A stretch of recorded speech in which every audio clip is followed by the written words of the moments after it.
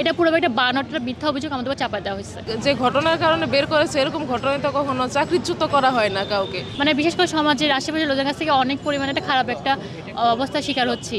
কারণ হচ্ছে মানে সবাই হয়তো ভাবতেছে যে আমরা একটা বছর ট্রেনিং করলো, কেন ওদেরকে বের করে দেওয়া হলো। মানে তারা তো সবাই সব কিছু জানে না, অনেকে তো মানে তারা তো সবাই একাডেমির বাইরে তো খবরে অবগত না আমাদের বিষয়। কিন্তু আমরা তো নিজেরাও জানি না যে আমাদের কেন বের করছে। আমাদেরকে শুধু বলা হয়েছে যে আমরা শৃঙ্খলা ভঙ্গ করছি, এই জন্য আমাদেরকে বের করা হয়েছে। কিন্তু এমন তো কোনো ঘটনা ঘটেই নাই। কিন্তু আমরা তাদেরকে বুঝাতে পারতেছি, আমি একা মানুষ, আমি কয়জনকে বলবো যে আমি তো কোনো কিছু করি নাই, আমাকে অন্যায়ভাবে বের করা হয়েছে। আর আমরা একা কথা শুনবে কেন? তাদেরকে আমি তো বুঝাতে পারবো না। আমি একা মানুষ এত মানুষকে বলতে পারবো না যে আমার তো কোনো দোষ ছিল না। তো এই জন্যই আমি মেনলি এই জন্য আমরা সবাই আর কি জড়ো হয়েছি, যাতে আমরা যে অন্যায় করি না তো আমাদেরকে বলতে হবে। কারণ আমরা তো ঘরে চুপ করে বসে থাকি, তো সবাই যে আমরা অপরাধ করছি, এই জন্য আমরা চুপ করে বসে আছি। স্বরাষ্ট্র উপদেষ্টা স্যারকে তো আমাদের বিষয়ে কোশ্চেন করা হয়েছিল যে কেন আমাদেরকে বের করা হয়েছে, এর পেছনে রাজনৈতিক কোনো কারণ আছে কিনা। কিন্তু সে নিজের মুখেই বলছে যে এদেরকে কোনো রাজনৈতিক কোনো বিষয় বের করা হয় না, এদেরকে শৃঙ্খলা ভঙ্গের জন্য বের করেছে। যেহেতু নিজের মুখে এই কথা বলছে, তো এই কথা তো প্রেক্ষিতে আমরা তো আর কিছু বলার নাই। তো তার তো নিজের মুখে এই কথা ছিল। এমন কোনো ঘটনা সেদিন ঘটেই নাই। মানে আমার ক্ষেত্রে যে অভিযোগটা ছিল যে আমি শৃঙ্খলা ভঙ্গ করেছি, তো আমার সাথে যেটা হয়েছিল প্যারেড গ্রাউন্ডে, আমরা ঠিক মতো নাস্তা খেয়ে সময়ের মধ্যে প্যারেডে অংশগ্রহণ করেছিলাম, আমি এবং আমার সহপাঠীরা যারা আছে। মানে এমন কোনো ঘটনা সেখানে ঘটেই নাই। এটা পুরো একটা বানোয়াট মিথ্যা অভিযোগ আমাদের উপর চাপায় দেওয়া হয়েছে। যে আমাদেরকে তো শোকজের জবাব দিতে বলা হয়েছিল, তো আমরা সেখানে জবাবে আমরা ম্যাক্সিমামই বলেছি যে আপনাদের যেহেতু সিসি ক্যামেরা আছে, আপনারা সেটা চেক করে আমাদেরকে দেখেন। কারণ একাডেমি একটা বড় জায়গায় অনেক সিসি ক্যামেরা আছে, তো আমরা নিজেরাই বলেছি যে আপনারা সিসি ক্যামেরা চেক করে আমাদেরকে চেক করে দেখেন যে আমরা নির্দোষ। কিন্তু তারা সেভাবে তো কোনো পদক্ষেপ নেয়নি। আইজিপি স্যারের বরাবর আমরা স্মারক দিয়েছি আমাদেরটা পুনর্বিবেচনা করার জন্য। স্বরাষ্ট্র মহোদয়ের কাছে আমরা স্মারক দিয়েছি পুনর্বিবেচনা করার জন্য। আমাদের উপদেষ্টা মহোদয়ের কাছে, প্রধান উপদেষ্টা মহোদয়ের কাছে আমরা স্মারক দিয়েছি আমাদেরটা পুনর্বিবেচনা করার জন্য। সবগুলো প্রসিডিউর মেনটেন করার পরে আমরা এইখানে সচিবালয়ের সামনে অবস্থান কর্মসূচি পালন করি। তার আগেও আমরা 2 দিন আসছি এখানে।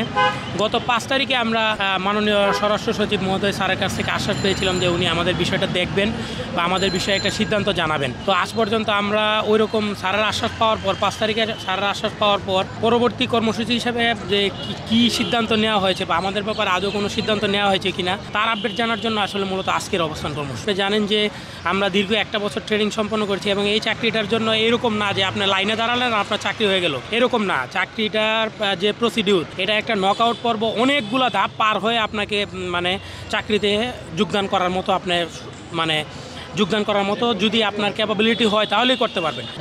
মাঠে নাস্তা না করে হইচই করা, ক্লাসে অমনোযোগী থাকা, এই তুচ্ছ বিষয়গুলো নিয়ে যে অভিযোগ করা হয়েছে, যে অভিযোগের ভিত্তিতে কখনো সারদাতে কাউকে অব্যাহতি দেওয়া হয়নি। কিন্তু অভিযোগগুলো যে করেছে সেগুলো এরকম কোনো ঘটনা সেদিন ঘটেনি যে আমরা যদি নাস্তা না করে যদি হইচই করি বা ক্লাসে অমনোযোগী থাকি, তো সিসি ক্যামেরায় তার প্রমাণ থাকতে পারে। বা ক্লাসে অমনোযোগীর ব্যাপারে যে স্যার আমাদের ক্লাস নিয়েছিল সেদিন, সে আমাদের সাবেক প্রিন্সিপাল স্যার, উনি ওনার বক্তব্যে বলেছেন যে ওনার ক্লাসে সেরকম কোনো কিছু হয়নি, সেদিনও সেরকম কোনো বিশৃঙ্খলার ঘটনা ঘটেনি। তো এগুলোর ব্যাপারে আর কি বলা যায় যে আমাদের বিরুদ্ধে পুরাই অন্যায় করা হয়েছে একটা, যে ঘটনার কারণে বের করেছে এরকম ঘটনায় তো কখনো চাকরিচ্যুত করা হয় না কাউকে। ট্রেনিং শেষ হওয়ার 12 দিন আগে আমি জানতে পারি, আমার হাতে যখন কাগজ আসে যে আমি চাকরিচ্যুত হয়েছি, তখন আমার অবস্থাটা কি হয়েছে। আমার পরিবার 2.5 মাস যাবৎ, আমার পরিবারের আমি কারো মুখের দিকে তাকাইতে পারি না। কি অবস্থা যে আমার পরিবারে একমাত্র আমি উপার্জন করলে আমার পরিবারটা ভালোভাবে চলতো, এখন এই অবস্থায় এসে দাঁড়াইছে। সেখানে আমি এখন হঠাৎ করে এই যে চাকরি চলে গেছে, এই 1 বছর ট্রেনিং করছি, ওখান থেকে বের হয়ে তো আমরা বাইরে অন্য কোনো পরীক্ষায় অংশগ্রহণ করতে পারিনি। 1 বছর তো ওখানে বন্দী ছিলাম আমরা। এখন আবার আমরা যদি কোনো চাকরির পরীক্ষা দেই, আমাদের কি আদৌ নিবে?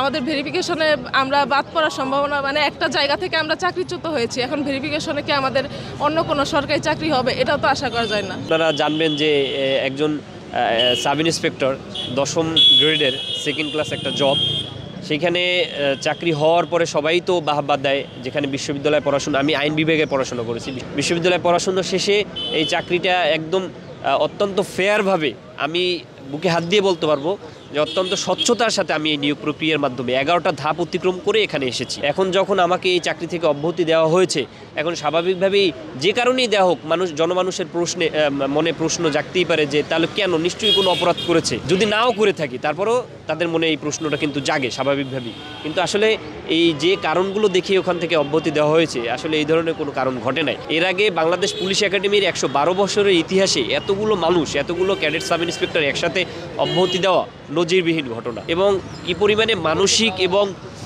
মানসিকভাবে মানে মানসিক প্রেশারের মধ্য দিয়ে যাচ্ছি তা আপনাদেরকে বলে বোঝাতে পারবো না। একটা বছর ট্রেনিং করার পরে যেখানে এখন আমাদেরকে পদায়ন হওয়ার কথা, বিভিন্ন জায়গায় বাংলাদেশ পুলিশের বিভিন্ন ইউনিটে এখন জয়েন করার কথা, সেখানে এখন আমাদের রাস্তায় বসতে হয়েছে আমাদের চাকরিতে পুনর্বহালের জন্য। স্পষ্টভাবে আমাদের একটা কথাই বলতে চাই, আমাদের দাবি একটাই, আমাদেরকে পুনর্বহাল করা হোক। আমাদের যে বাকি ব্যাচমেটরা আছে সারদাতে এখন ট্রেনিংরত, তাদের সাথে একসাথে পাসিং প্যারেড করে আমাদের চাকরিতে পুনর্বহাল করা হোক।